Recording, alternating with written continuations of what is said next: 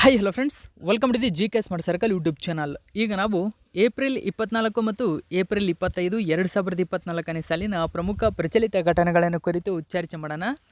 ನಿಮಗೆಲ್ಲ ಗೊತ್ತಿರಲಿ, ಪ್ರತಿದಿನ ನಾನು ಕನ್ನಡದ ಪ್ರಜಾವಾಣಿ ಸೇರಿದಂತೆ ಕನ್ನಡದ ಇತರ ಎಲ್ಲ ನ್ಯೂಸ್ ಪೇಪರ್ಗಳು, ಇಂಗ್ಲೀಷ್ನ ದಿ ಹಿಂದೂ ಮತ್ತು ಕೇಂದ್ರ ಸರ್ಕಾರ ಪ್ರತಿದಿನ ಅಪ್ಡೇಟ್ ಮಾಡ್ತಕ್ಕಂಥ PIB ನ್ಯೂಸ್ ಪೇಪರ್ಗಳ ಪ್ರಮುಖ ಪ್ರಚಲಿತ ಘಟನೆಗಳನ್ನು ನಿಮ್ಮ ಮುಂದೆ ತರ್ತಾ ಇರ್ತೀನಿ. ಹಾಗಾದರೆ ಇವತ್ತಿನ ಕ್ವಶ್ಚನ್ ನಂಬರ್ 1 ಏನಿದೆ ಅಂತ ನೋಡೋಣ ಬನ್ನಿ. ಪ್ರತಿ ವರ್ಷ ಕೆಳಗಿನ ಯಾವ ರಾಜ್ಯದಲ್ಲಿ ಏಪ್ರಿಲ್ 23ರಂದು ಖೋಂಗ್ ಜೂಮ್ ದಿನವನ್ನಾಗಿ ಆಚರಣೆ ಮಾಡಲಾಗುತ್ತದೆ? ಸರಿಯಾಗಿರ್ತಕ್ಕಂಥ ಉತ್ತರ ಆಪ್ಷನ್ ನಂಬರ್ 3, ಮಣಿಪುರ ರಾಜ್ಯದಲ್ಲಿ.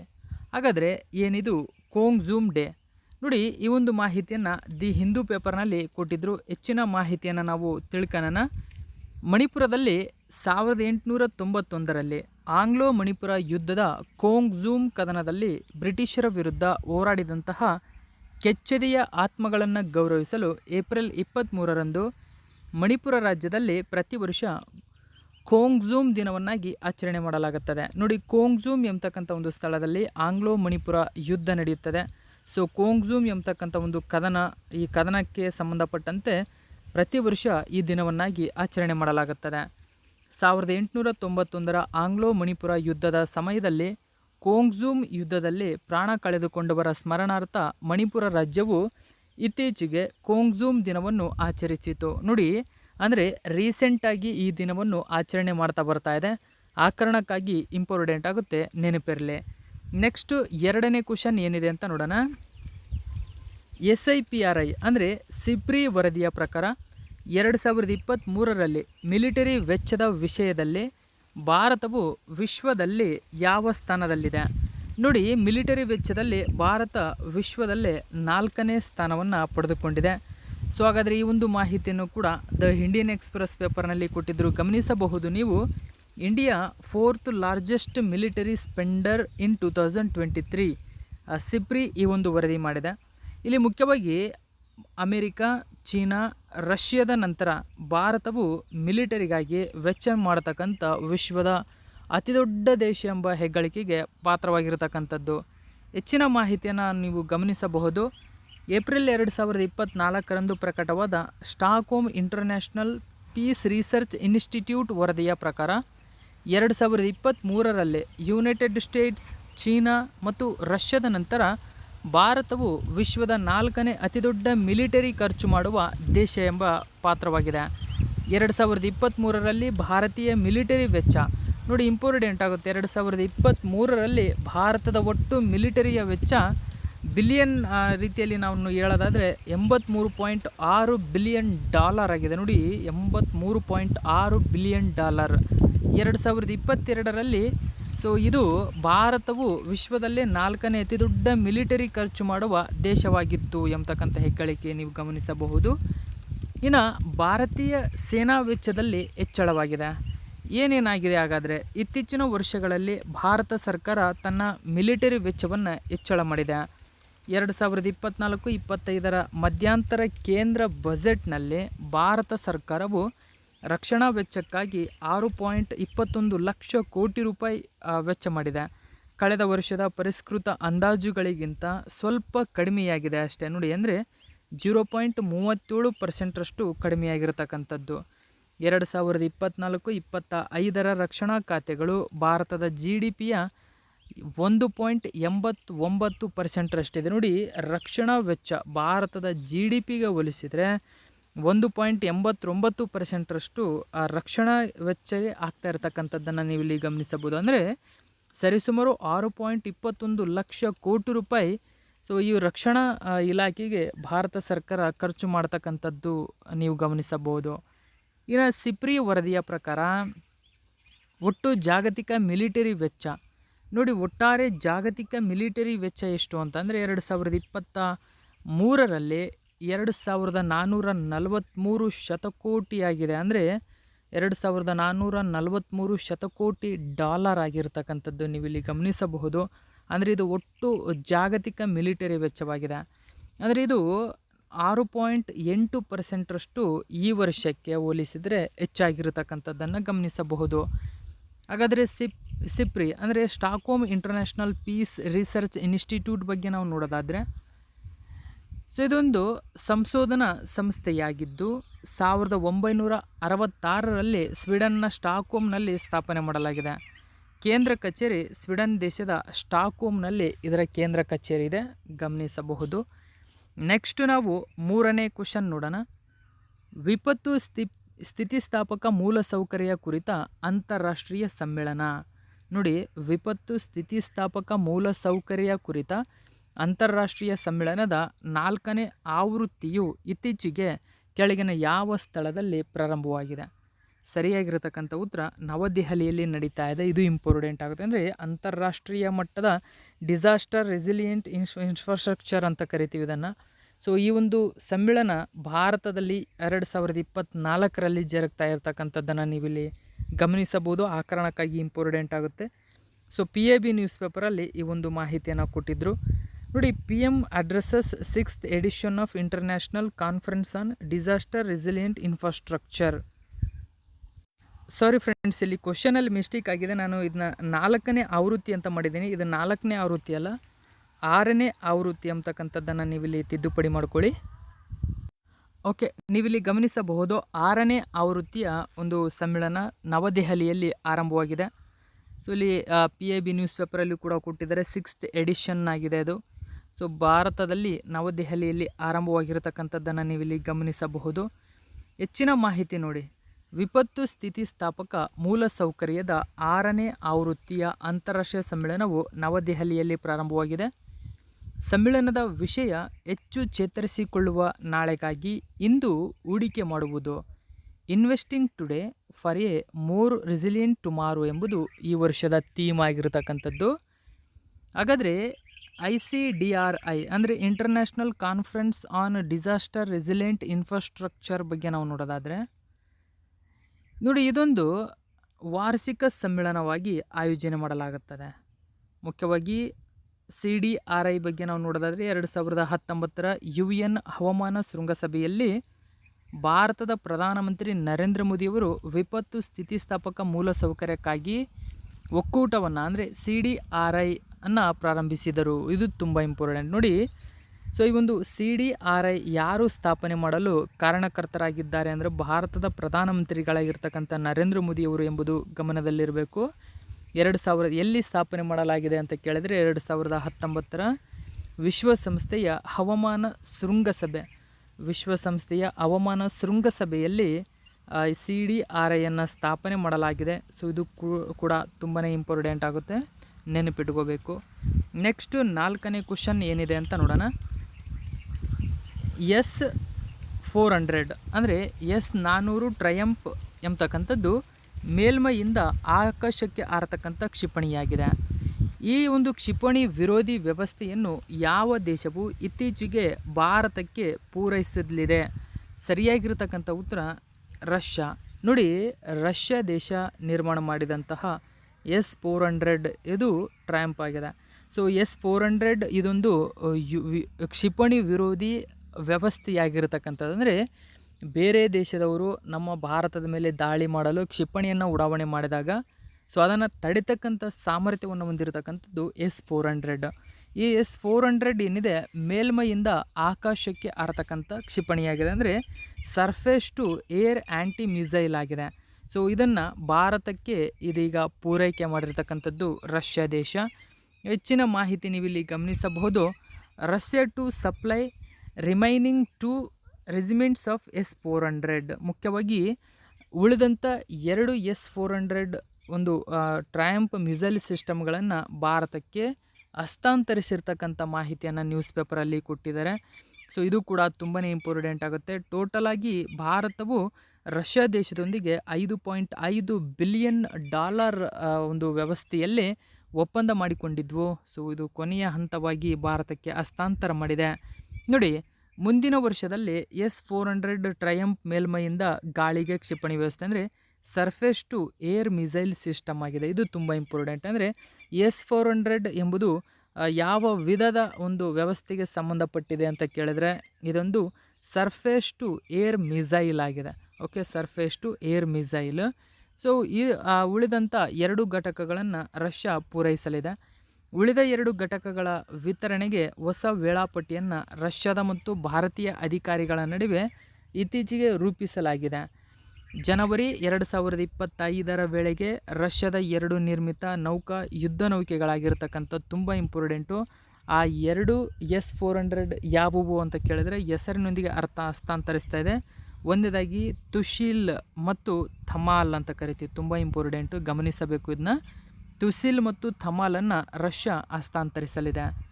ಭಾರತವು ವಿಶ್ವದ ಅತಿದೊಡ್ಡ ಶಸ್ತ್ರಾಸ್ತ್ರಗಳನ್ನು ಆಮದು ಮಾಡಿಕೊಳ್ಳುವ ದೇಶವಾಗಿದೆ.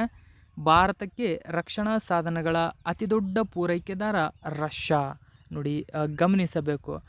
ಭಾರತಕ್ಕೆ ಅತಿದೊಡ್ಡ ರಕ್ಷಣಾ ಸಾಧನಗಳ ಪೂರೈಕೆದಾರ ದೇಶ ಯಾವುದು ಅಂತ ಕೇಳಿದರೆ ರಷ್ಯಾ ದೇಶ. S-400 ಹಿನ್ನೆಲೆ ನಾವು ನೋಡೋದಾದರೆ ಅಕ್ಟೋಬರ್ 2018ರಲ್ಲಿ S-400 ಟ್ರಾಂಪ್ ಮೇಲ್ಮೈಯಿಂದ ಗಾಳಿಗೆ ಕ್ಷಿಪಣಿ ವ್ಯವಸ್ಥೆಯ 5 ಘಟಕಗಳನ್ನು ಖರೀದಿಸಲು ಭಾರತವು ರಷ್ಯಾದೊಂದಿಗೆ 5.5 ಶತಕೋಟಿ ಅಥವಾ ಬಿಲಿಯನ್ ರೀತಿಯಲ್ಲಿ ಒಪ್ಪಂದ ಮಾಡಿಕೊಂಡಿತ್ತು, ಅಂದರೆ ಸಹಿ ಹಾಕಿತ್ತು. ಸೊ ಇದಕ್ಕೆ ಸಂಬಂಧಪಟ್ಟಂತೆ ಹಂತ ಹಂತವಾಗಿ ರಷ್ಯಾ ದೇಶವು ಭಾರತಕ್ಕೆ ಹಸ್ತಾಂತರಿಸಿದೆ. ಈಗ ತುಸಿಲ್ ಮತ್ತು ಥಮಾಲ್ 2 ಘಟಕಗಳು ಭಾರತಕ್ಕೆ ಹಸ್ತಾಂತರಗೊಳ್ಳಲಿವೆ. ಓಕೆ, ಸೊ ನೆಕ್ಸ್ಟ್ ನಾವು 5ನೇ ಕ್ವಶನ್ ನೋಡೋಣ.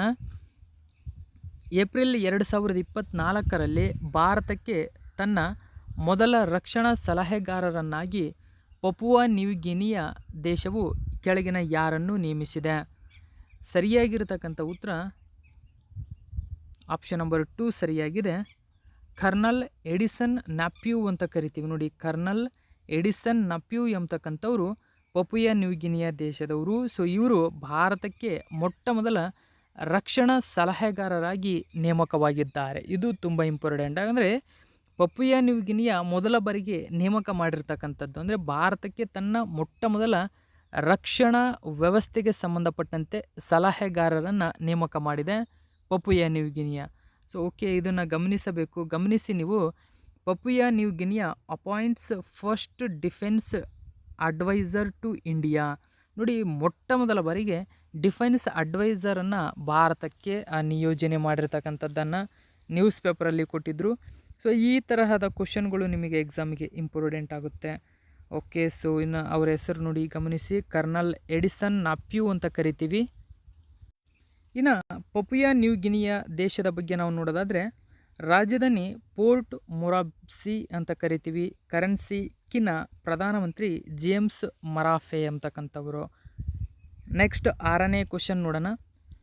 ಏಪ್ರಿಲ್ 2024ರಂದು ಬಿಡುಗಡೆಯಾದ ಇತ್ತೀಚಿನ ITTF ಟೇಬಲ್ ಟೆನ್ನಿಸ್ ವಿಶ್ವ ಶ್ರೇಯಾಂಕದಲ್ಲಿ ಭಾರತದ ಅಗ್ರ ಶ್ರೇಯಾಂಕದ ಮಹಿಳಾ ಸಿಂಗಲ್ಸ್ ಟೇಬಲ್ ಟೆನ್ನಿಸ್ ಆಟಗಾರ್ತಿಯಾಗಿ ಯಾರು ಹೊರಹೊಮ್ಮಿದ್ದಾರೆ? ಸರಿಯಾದಂಥ ಉತ್ತರ ಶ್ರೀಜಾ ಆಕುಲಾ. ನೋಡಿ, ಶ್ರೀಜಾ ಆಕುಲಾ ಇದೀಗ ITTF ಟೇಬಲ್ ಟೆನ್ನಿಸ್ ವಿಶ್ವ ಶ್ರೇಯಾಂಕದಲ್ಲಿ ಭಾರತದ ಅಗ್ರ ಶ್ರೇಯಾಂಕದ ಮಹಿಳಾ ಸಿಂಗಲ್ಸ್ ಟೇಬಲ್ ಟೆನ್ನಿಸ್ ಆಟಗಾರ್ತಿಯಾಗಿದ್ದಾರೆ. ಸೊ ಈ ಒಂದು ವರದಿಯಲ್ಲಿ ಭಾರತದಲ್ಲಿ ಇವರು ಅಗ್ರ ಮಹಿಳಾ ಸಿಂಗಲ್ಸ್ ಟೇಬಲ್ ಟೆನ್ನಿಸ್ ಆಟಗಾರ್ತಿಯಾಗಿದ್ದಾರೆ. ವಿಶ್ವ ಮಟ್ಟದಲ್ಲಿ ಬೇರೆ ರ್ಯಾಂಕ್ ಇದೆ, ಆದರೆ ಭಾರತದಲ್ಲಿ ಇವರು ಅಗ್ರಸ್ಥಾನ ಪಡೆದುಕೊಂಡಿದ್ದಾರೆ. ಸೊ ಇವರು ಭಾರತದಲ್ಲಿ ಅಗ್ರಸ್ಥಾನ ಪಡೆಯಲು ಮಣಿಕಾ ಬಾತ್ರಾರವರನ್ನು ಹಿಂದಿಕ್ಕಿದ್ದಾರೆ. ಸೊ ಹೆಚ್ಚಿನ ಮಾಹಿತಿಯನ್ನು ನಾವು ತಿಳ್ಕೊಳ್ಳೋಣ. ಇಂಡಿಯಾ ಟುಡೇ ನ್ಯೂಸ್ ಪೇಪರಲ್ಲಿ ಮಾಹಿತಿಯನ್ನು ಕೊಟ್ಟಿದ್ದರು. ಗಮನಿಸಿ, ಶ್ರೀಜಾ ಆಕುಲಾ ಸರ್ಫೆಸಸ್ ಮಣಿಕಾ ಬಾತ್ರಾ. ನೋಡಿ, ಮಣಿಕಾ ಬಾತ್ರಾ ಅವರನ್ನು ಹಿಂದಿಕ್ಕಿ ಇದೀಗ ಭಾರತದ ನಂಬರ್ 1 TT ಪ್ಲೇಯರ್ ಆಗಿ ಹೊರಹೊಮ್ಮಿದ್ದಾರೆ, ಅಂದರೆ table tennis player. Okay, so ಭಾರತದ ನಂಬರ್ 1 ಟೇಬಲ್ ಟೆನ್ನಿಸ್ ಪ್ಲೇಯರ್ ಎಂಬ ಹೆಗ್ಗಳಿಕೆಗೆ ಇದೀಗ ಶ್ರೀಜಾ ಆಕುಲಾ ಅವರು ಪಾತ್ರವಾಗಿದ್ದಾರೆ. ಈ ತರಹದ ಮಾಹಿತಿಗಳು ಕೂಡ ಗಮನಿಸಬೇಕು ನೀವು. 23 ಏಪ್ರಿಲ್ 2024ರಂದು ಬಿಡುಗಡೆಯಾಗಿರತಕ್ಕಂಥ ITTF ಟೇಬಲ್ ಟೆನ್ನಿಸ್ ವಿಶ್ವ ಶ್ರೇಯಾಂಕದಲ್ಲಿ ಶ್ರೀಜಾ ಆಕುಲಾ ವಿಶ್ವ ಶ್ರೇಯಾಂಕದಲ್ಲಿ 38ನೇ ಸ್ಥಾನ ಪಡೆದಿದ್ದಾರೆ. ಇದರೊಂದಿಗೆ ಶ್ರೀಜಾ ಆಕುಲಾ ಭಾರತದ ಅಗ್ರ ಶ್ರೇಯಾಂಕದ ಮಹಿಳಾ ಸಿಂಗಲ್ಸ್ ಟೇಬಲ್ ಟೆನ್ನಿಸ್ ಆಟಗಾರ್ತಿಯಾಗಿದ್ದಾರೆ. ಈ ಅನುಕ್ರಮದಲ್ಲಿ ಶ್ರೀಜಾ ಅವರು ಮಣಿಕಾ ಬಾತ್ರಾ ಅವರನ್ನು ಹಿಂದಿಕ್ಕಿದ್ದಾರೆ. ಇನ್ನು ಶ್ರೀಜಾ ಮತ್ತು ಮಣಿಕಾ ಅವರನ್ನು ಹೊರತುಪಡಿಸಿ ಯಶಸ್ವಿನಿ ಗೋರ್ಪಡೆ ವಿಶ್ವಮಟ್ಟದಲ್ಲಿ 99ನೇ ಸ್ಥಾನದಲ್ಲಿದ್ದಾರೆ. ಅರ್ಚನಾ ಕಾಮತ್ 100ನೇ ಸ್ಥಾನದಲ್ಲಿದ್ದಾರೆ. ಮಹಿಳೆಯರ ಸಿಂಗಲ್ಸ್ ಶ್ರೇಯಾಂಕದ ಅಗ್ರ 100ರೊಳಗೆ ಕಂಡುಬಂದಿರತಕ್ಕಂಥ ಇತರೆ ಭಾರತೀಯರಾಗಿದ್ದಾರೆ. ಸೊ ಇವರು ಭಾರತದಲ್ಲಿ ಶ್ರೀಜಾ ಮತ್ತು ಮಣಿಕಾ ಬಾತ್ರರನ್ನು ಹೊರತುಪಡಿಸಿ ಯಶಸ್ವಿನಿ ಮತ್ತು ಅರ್ಚನಾ 3 ಮತ್ತು 4ನೇ ಸ್ಥಾನದಲ್ಲಿದ್ದಾರೆ. ಭಾರತದಲ್ಲಿ ವಿಶ್ವಮಟ್ಟದಲ್ಲಿ 99 ಮತ್ತು 100ನೇ ಸ್ಥಾನದಲ್ಲಿದ್ದಾರೆ.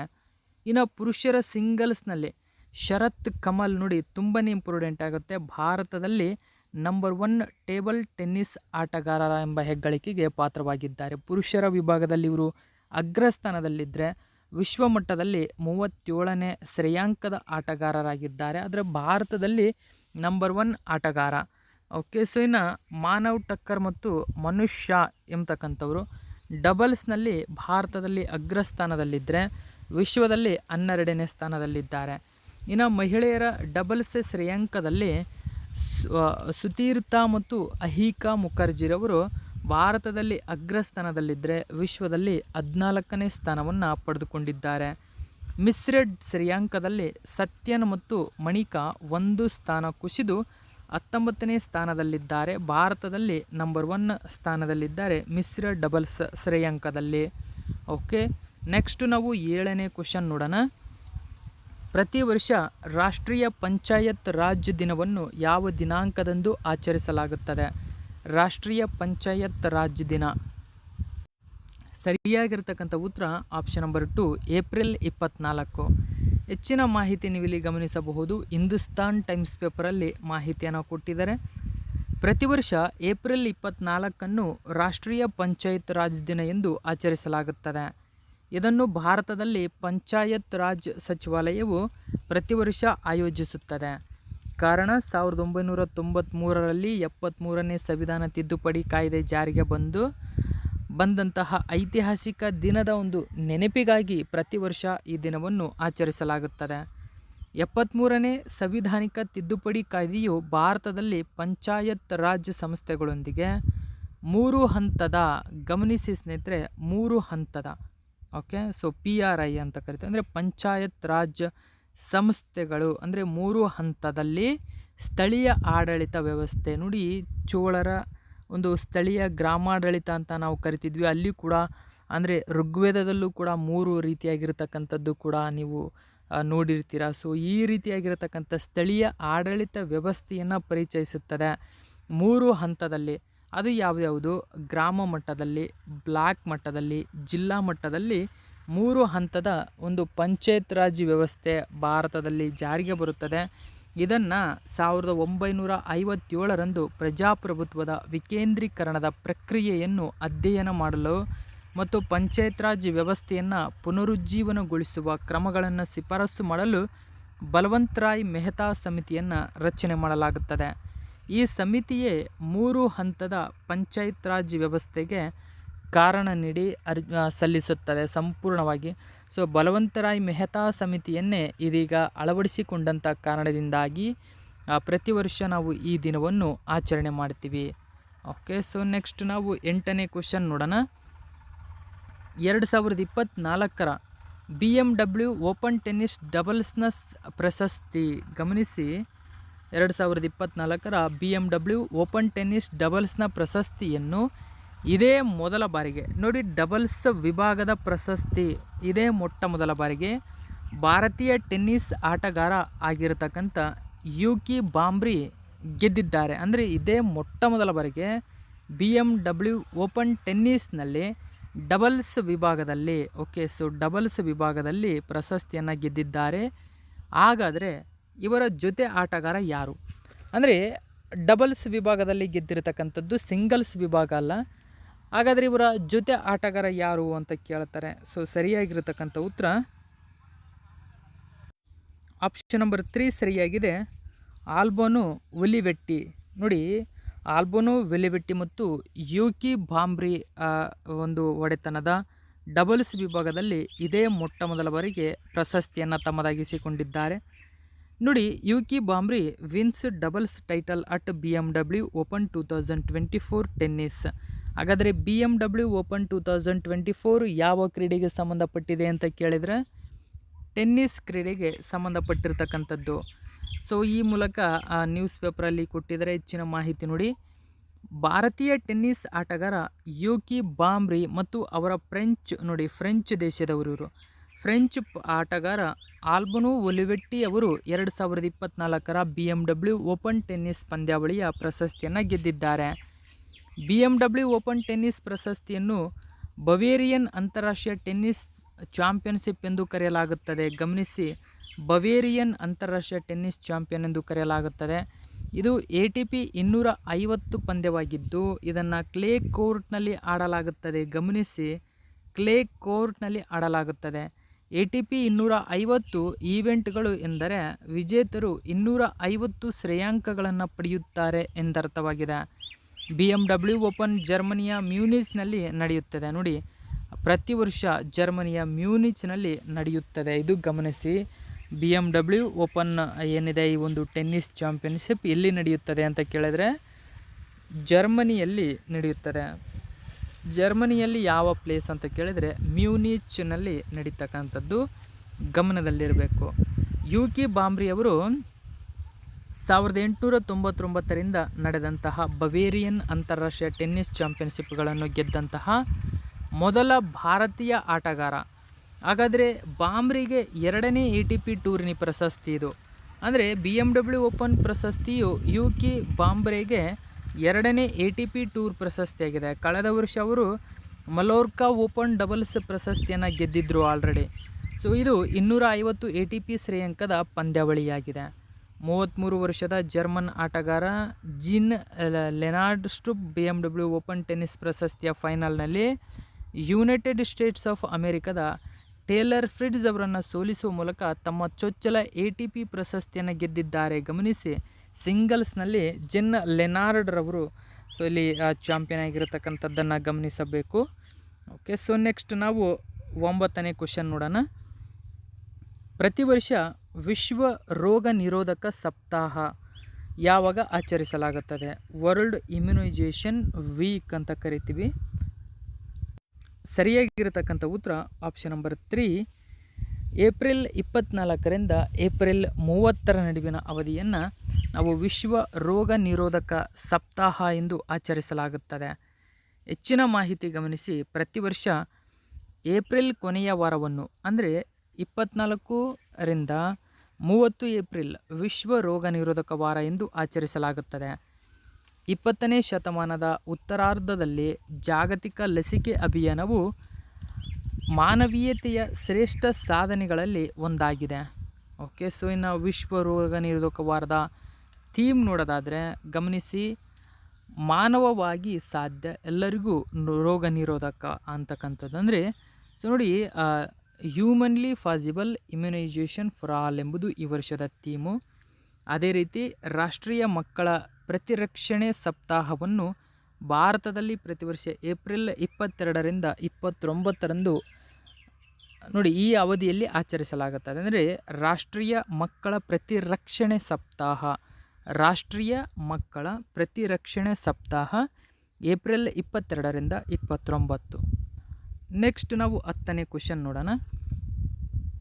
ಏಪ್ರಿಲ್ 2024ರಲ್ಲಿ ಯಾವ ಸಂಸ್ಥೆಯ ಸಂಶೋಧಕರು ದೈತ್ಯ ಇತಿಹಾಸ ಪೂರ್ವ ವಾಸುಕಿ ಇಂಡಿಕಾಸ್ ಎಂಬ ಹೆಸರಿನ ಹಾವಿನ ಪಳೆಯುಳಿಕೆಯನ್ನು ಕಂಡುಹಿಡಿದಿದ್ದಾರೆ? ನೋಡಿ, ವಾಸುಕಿ ಇಂಡಿಕಾಸ್ ಎಂದು ಹೊಸದಾಗಿ ನಾಮಕರಣ ಮಾಡಿದಂತಹ ಒಂದು ಹಾವಿನ ಪಳೆಯುಳಿಕೆ. ಅಂದರೆ ಇದು ವಿಶ್ವದ ಅತಿ ದೊಡ್ಡ ಹಾವು ಎಂಬ ಹೆಗ್ಗಳಿಕೆಗೆ ಪಾತ್ರವಾಗಿದೆ. ಸೊ ಇದಕ್ಕೆ ಭಾರತೀಯ ಸಂಶೋಧಕರು ವಾಸುಕಿ ಇಂಡಿಕಾಸ್ ಎಂದು ಹೆಸರಿಸಿದ್ದಾರೆ. ಹಾಗಾದರೆ ಯಾವ IITಯ ಸಂಶೋಧಕರು ಇದನ್ನು ಪತ್ತೆ ಮಾಡಿದ್ದಾರೆ ಅಂತ ಕೇಳಿದರೆ IIT ರೂರ್ಕಿ. ನೋಡಿ, IIT ರೂರ್ಕಿ ಗುಜರಾತ್ನಲ್ಲಿ ಈ ಒಂದು ವಿಶಿಷ್ಟ ಪಳೆಯುಳಿಕೆಯನ್ನು ಪತ್ತೆ ಮಾಡಿದೆ. ಇದು ಇತಿಹಾಸ ಪೂರ್ವ ಕಾಲದ್ದು, ಅಂದರೆ ಅತ್ಯಂತ ಹಿಂದಿನ ಕಾಲದ್ದು ಎಂಬುದು ಇಲ್ಲಿ ನೀವು ಗಮನಿಸಬಹುದು. ನೀವಿಲ್ಲಿ ಗಮನಿಸಬೇಕು. ಕೊಲೋಸಲ್ ಸ್ನೇಕ್ ಅಂತ ಕರಿತೀವಿ ಇದನ್ನು. ಸೊ ಇದು ಗುಜರಾತ್ನಲ್ಲಿ ಕಂಡು ಬಂದಿರತಕ್ಕಂಥದ್ದು. ಸರಿಸುಮಾರು ಈ ಹಾವು 47 ಮಿಲಿಯನ್ ವರ್ಷಗಳ ಹಿಂದೆ ಭಾರತದಲ್ಲಿ ಜೀವಿಸಿತ್ತು. ಅಂದರೆ ಈ ಒಂದೇ ಒಂದು ತಳಿ ಭಾರತದಲ್ಲಿತ್ತು ಎಂದು ವರದಿ ಮಾಡಲಾಗಿದೆ. ಸೊ ಅಷ್ಟೊಂದು ದೊಡ್ಡ ದೊಡ್ಡ ಮೂಳೆಗಳು ಇದರಲ್ಲಿ ಪತ್ತೆಯಾಗಿರತಕ್ಕಂಥದ್ದು. ಟೋಟಲಾಗಿ 27 ಆ ಒಂದು ಕಶೇರುಕ ಅಥವಾ ಅಂದರೆ ಬೆನ್ನು ಮೂಳೆ ಸಿಕ್ಕಿರತಕ್ಕಂಥದ್ದು. ಅಂದರೆ ವರ್ಲ್ಡ್ ಲಾರ್ಜೆಸ್ಟ್ ಒಂದು ಸ್ನೇಕ್ ಎಂಬ ಹೆಗ್ಗಳಿಕೆಗೆ ಇದೀಗ ಪಾತ್ರವನ್ನು ಹೊಂದಿರತಕ್ಕಂಥದ್ದು. ಸೊ ಅದರ ಒಂದು ಸಂಪೂರ್ಣ ಡೀಟೇಲ್ಸನ್ನು ಕುರಿತು ನಾವು ನೋಡೋಣ. ಗಮನಿಸಿ, Indian institute of technology IIT ರೂರ್ಕಿಯ ಸಂಶೋಧಕರು ಗುಜರಾತ್ನ ಲಿಗ್ನೈಟ್ ಗಣಿಯಿಂದ ಪತ್ತೆಯಾದಂತಹ ಅತಿದೊಡ್ಡ ಹಾವಿನ ಪಳೆಯುಳಿಕೆಯನ್ನು ಕಂಡುಹಿಡಿದಿದ್ದಾರೆ ಎಂದು ವರದಿ ಮಾಡಿದ್ದಾರೆ. ಇದು ಈ ಹಿಂದೆ ಅಸ್ತಿತ್ವದಲ್ಲಿತ್ತು. ಸಂಶೋಧಕರ ಪ್ರಕಾರ ಇದು ಬಹುಶಃ 47 ಮಿಲಿಯನ್ ವರ್ಷಗಳ ಹಿಂದೆ, ಅಂದರೆ ಮಧ್ಯ ಇಯಸೀನ ಅವಧಿಯಲ್ಲಿ ಅಸ್ತಿತ್ವದಲ್ಲಿತ್ತು ಎಂದು ವರದಿ ಮಾಡಿದೆ. ಗುಜರಾತ್ನ ಕಚ್ನ ಪನಂದ್ರೋ ಲಿಗ್ನೈಟ್ ಗಣಿಯಲ್ಲಿ ಅವಶೇಷಗಳು ಕಂಡುಬಂದಿರತಕ್ಕಂಥದ್ದು. ಸುಮಾರು 47 ಮಿಲಿಯನ್ ವರ್ಷಗಳ ಹಿಂದೆ ವಾಸಿಸುತ್ತಿದ್ದ ವಾಸುಕಿ ಇಂಡಿಕಾಸ್ ಎಂಬ ಪ್ರಾಚೀನ ಜಾತಿಯ ಹಾವು ಗುಜರಾತ್ನಲ್ಲಿ ಪತ್ತೆಯಾಗಿದೆ. ವೈಜ್ಞಾನಿಕ ವರದಿಗಳಲ್ಲಿ ಪ್ರಕಟವಾದ ಸಂಶೋಧನೆಯು ಗುಜರಾತ್ನ ಕಚ್ನಲ್ಲಿರುವ ಪನಂದ್ರೋ ಲಿಗ್ನೈಟ್ ಗಣಿಯಿಂದ ಇದು ಒಂದು ಮರುಪಡೆಯಲಾದ ಹೊಸ ಮಾದರಿಯನ್ನು ವಿವರಿಸುತ್ತದೆ. ಸುದ್ದಿಯಲ್ಲಿದೆ, ಪನಂದ್ರೋ ಲಿಗ್ನೈಟ್ ಗಣಿ ಯಾವ ರಾಜ್ಯದಲ್ಲಿ ಕಂಡುಬರುತ್ತದೆ ಅಂತ ಕೇಳಬಹುದು. ಇದು ಕೂಡ ನೆನಪಿರಲಿ. ಇನ್ನು ವಾಸುಕಿ ಇಂಡಿಕಾಸ್ ಎಂದು ಹೆಸರಿಸಲಾಗಿದೆ ಇದಕ್ಕೆ. ಓಕೆ, ನೋಡಿ, ಇದು ಸರಿಸುಮಾರು 10 ರಿಂದ 15 ಮೀಟರ್ ಇದೆ. ಅಂದರೆ ಸರಿಸುಮಾರು ಇದು 6 ಮೀಟರ್, ಅಂದರೆ 20 ಅಡಿ ಇರತಕ್ಕಂಥದ್ದು. ಅಷ್ಟೊಂದು ದೊಡ್ಡ ಹಾವು ಇದು, 20 ಅಡಿ. ಗಮನಿಸಬೇಕು, ಇದು ಆನೆಕೊಂಡಗಳು ಮತ್ತು ಹೆಬ್ಬಾವುಗಳು ಇದಕ್ಕೆ ಹೋಲಿಸಿದರೆ ಏನೂ ಅಲ್ಲ. ವಾಸುಕಿ ಇಂಡಿಕಾಸ್ನ ಉದ್ದ 10.9 ರಿಂದ 15.2 ಮೀಟರ್ಗಳ ನಡುವೆ ಇರಬಹುದು ಎಂದು ಸಂಶೋಧಕರು ಅಂದಾಜು ಮಾಡಿದ್ದಾರೆ. ಅಂದರೆ ಸರಿಸುಮಾರು ಅದರ ಕಶೇರುಕ ಬೆನ್ನು ಮೂಳೆಗಳು 27 ಬೆನ್ನು ಮೂಳೆಗಳು ಸಿಕ್ಕಿರತಕ್ಕಂಥದ್ದು. ಓಕೆ, ಈ ಮೂಲಕ ಇದು ಆನೆಕೊಂಡ ಮತ್ತು ಹೆಬ್ಬಾವುಗಳಿಗಿಂತಲೂ ಅತಿ ದೊಡ್ಡ ಹಾವು ಎಂಬ ಹೆಗ್ಗಳಿಕೆಯಲ್ಲಿದೆ. ಸರಿಸುಮಾರು ಇದು 47 ಮಿಲಿಯನ್ ವರ್ಷಗಳ ಹಿಂದೆ ಭಾರತದಲ್ಲಿ ಜೀವಿಸಿತ್ತು ಎಂದು ವರದಿ ಮಾಡಲಾಗಿದೆ. ಓಕೆ, ನೆಕ್ಸ್ಟ್ ನಾವು 11ನೇ ಕ್ವಶನ್ ನೋಡೋಣ. ಇತ್ತೀಚೆಗೆ ಫಿಡೆ ಕ್ಯಾಂಡಿಡೇಟ್ ಟೂರ್ನಮೆಂಟ್ ಗೆದ್ದ ಅತ್ಯಂತ ಕಿರಿಯ ಚೆಸ್ ಆಟಗಾರ ಯಾರು? ಡಿ ಗುಕೇಶ್. ಆಪ್ಷನ್ ನಂಬರ್ 2 ಸರಿಯಾಗಿದೆ. ಗಮನಿಸಿ, ಭಾರತದ 17 ವರ್ಷದ ಡಿ ಗುಕೇಶ್ ಇಕಿರು ನಕುಮುರಾ ಅವರೊಂದಿಗೆ ಡ್ರಾ ಮಾಡಿದ ನಂತರ ಕೆನಡಾದ ಟೊರೊಂಟೊದಲ್ಲಿ 2024ರ ಫಿಡೆ ಕ್ಯಾಂಡಿಡೇಟ್ ಟೂರ್ನಮೆಂಟ್ ಗೆದ್ದ ಅತ್ಯಂತ ಕಿರಿಯ ಪುರುಷ ಎನಿಸಿದ್ದಾರೆ. ನೆಕ್ಸ್ಟ್ 12ನೇ ಕ್ವಶನ್ ನೋಡಿ. ತ್ರಿಶೂರ್ ಪೂರಂ ಅಂತ ಕರಿತೀವಿ. ನೋಡಿ, ತ್ರಿಶೂರ್ ಪೂರಂ ಭವ್ಯವಾದ ದೇವಾಲಯ ಉತ್ಸವವಾಗಿದೆ. ಪ್ರಾಥಮಿಕವಾಗಿ ಯಾವ ರಾಜ್ಯಕ್ಕೆ ಹಾಗಾದರೆ ಈ ಉತ್ಸವ ಸಂಬಂಧಪಟ್ಟಿದೆ? ಓಕೆ, ತ್ರಿಶೂರ್ ಪೂರಂ ಅಂತ ಕರೀತಾರೆ. ನೀವು ಇಲ್ಲಿ ಗಮನಿಸಬಹುದು, ಇಂಗ್ಲೀಷಲ್ಲೂ ಕೂಡ ತ್ರಿಶೂರ್ ಪೂರಂ ಅಂತ ಕರಿತೀವಿ. ಯಾವ ರಾಜ್ಯಕ್ಕೆ ಸಂಬಂಧಪಟ್ಟಿದೆ? ಆಪ್ಷನ್ ನಂಬರ್ 3 ಸರಿಯಾಗಿದೆ, ಕೇರಳ ರಾಜ್ಯಕ್ಕೆ ಸಂಬಂಧಪಟ್ಟಿರ್ತಕ್ಕಂಥದ್ದು. ನೆಕ್ಸ್ಟ್ ನಾವು 13ನೇ ಕ್ವಶನ್ ನೋಡೋಣ. ಇತ್ತೀಚೆಗೆ ಸುದ್ದಿಯಲ್ಲಿ ಕಂಡುಬರುವ ಟೇಲ್ ವ್ಯಾಲಿ ವನ್ಯಜೀವಿ ಅಭಯಾರಣ್ಯವು ಯಾವ ರಾಜ್ಯದಲ್ಲಿದೆ? ಟೇಲ್ ವ್ಯಾಲಿ ವನ್ಯಜೀವಿ ಅಭಯಾರಣ್ಯ ಸುದ್ದಿಯಲ್ಲಿದೆ. ಸರಿಯಾಗಿರತಕ್ಕಂಥ ಉತ್ತರ ಅರುಣಾಚಲ ಪ್ರದೇಶದಲ್ಲಿ ಕಂಡುಬರುತ್ತದೆ. ಸುದ್ದಿಯಲ್ಲಿರಲು ಕಾರಣವೇನು?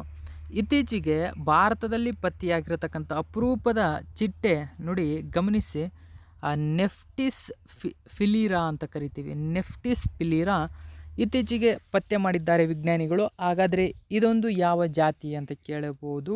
ಇದೊಂದು ಚಿಟ್ಟೆಯಾಗಿದೆ ಸ್ನೇಹಿತರೆ. ಇಲ್ಲಿ ನೆಫ್ಟಿಸ್ ಫಿಲಿರಾ ಎಂಬುದು ಒಂದು ಚಿಟ್ಟೆ ಜಾತಿಯಾಗಿದೆ. ಹಾಗಾದರೆ ಎಲ್ಲಿ ಕಂಡು ಬಂದಿದೆ ಅಂತ ಕೇಳಿದರೆ ಯಾವ ರಾಜ್ಯ ಅಂತ ಕೇಳಿದರೆ ಅರುಣಾಚಲ ಪ್ರದೇಶ. ಯಾವ ವನ್ಯಜೀವಿ ಧಾಮ ಅಂತ ಕೇಳಿದರೆ ಟೇಲ್ ವ್ಯಾಲಿ ವನ್ಯಜೀವಿ ಅಭಯಾರಣ್ಯ ಎಂಬುದು ನೆನಪಿರಬೇಕು. ನೆಕ್ಸ್ಟ್ 14ನೇ ಕ್ವಶನ್ ನೋಡೋಣ. ಇತ್ತೀಚೆಗೆ ಸುದ್ದಿಯಲ್ಲಿ ಕಂಡುಬರುವ ಗೆಪಾಂಗ್ ಗತ್ ಗ್ಲೇಷಿಯಲ್ ಸರೋವರವು ಯಾವ ರಾಜ್ಯದಲ್ಲಿದೆ? ಗೆಪಾಂಗ್ ಗತ್ ಗ್ಲೇಷಿಯಲ್ ಸರೋವರ. ಓಕೆ, ಹಿಮಾಚಲ ಪ್ರದೇಶದಲ್ಲಿ ಕಂಡುಬರುತ್ತದೆ. ಆಪ್ಷನ್ ನಂಬರ್ 1 ಸರಿಯಾಗಿರತಕ್ಕಂಥದ್ದನ್ನು ಇಲ್ಲಿ ಗಮನಿಸಬೇಕು. ನೋಡಿ, 40 ವರ್ಷಗಳಲ್ಲಿ ಇಸ್ರೋದ ಉಪಗ್ರಹ ಚಿತ್ರಣವು ಹಿಮಾಚಲ ಪ್ರದೇಶದ ಗೆಪಾಂಗ್ ನೋಡಿ, ಹಿಮಾಚಲ ಪ್ರದೇಶದ ಗೆಪಾಂಗ್ ಗತ್ ಹಿಮನದಿ ಸರೋವರ 178% ವಿಸ್ತರಣೆಯನ್ನು ಬಹಿರಂಗಪಡಿಸುತ್ತದೆ. ನೋಡಿ, ವಿಸ್ತರಣೆಗೊಂಡಿದೆ ಎಂದು ವರದಿ ಮಾಡಿದೆ. 2022ರ ವೇಳೆಗೆ 36.49 ರಿಂದ 101.30 ಹೆಕ್ಟರ್ಗಳಿಗೆ ಬೆಳೆಯುತ್ತಿದೆ ಎಂದು ವರದಿ ಮಾಡಿದೆ. ಇಸ್ರೋ 1.96 ಹೆಕ್ಟರ್ ವಾರ್ಷಿಕ ಅಪಾಯವನ್ನು ಹೆಚ್ಚಿಸುತ್ತಿದೆ ಎಂಬುದು ವರದಿ ಮಾಡಿರ್ತಕ್ಕಂಥದ್ದು. ಆ ಕಾರಣಕ್ಕಾಗಿ ಸುದ್ದಿಯಲ್ಲಿದೆ ಇದು ಗೆಪಾಂಗ್ ಗತ್ ಹಿಮನದಿ. ಸೊ ಇದು ಕೂಡ ಇಂಪಾರ್ಟೆಂಟ್ ಆಗುತ್ತೆ. ಹಿಮಾಚಲ ಪ್ರದೇಶದಲ್ಲಿ ಇದು ಕಂಡುಬರುತ್ತದೆ ಎಂಬುದು ನೆನಪಿರಬೇಕು. ಸೊ ಇದು ಇವತ್ತಿನ ಪ್ರಮುಖ ಪ್ರಚಲಿತ ಘಟನೆ. ಇದೇ ತರಹದ ಮಾಹಿತಿಯೊಂದಿಗೆ ಮತ್ತೆ ನಿಮ್ಮನ್ನು ಭೇಟಿ ಆಗ್ತೀನಿ. Thank you so much for watching my video friends.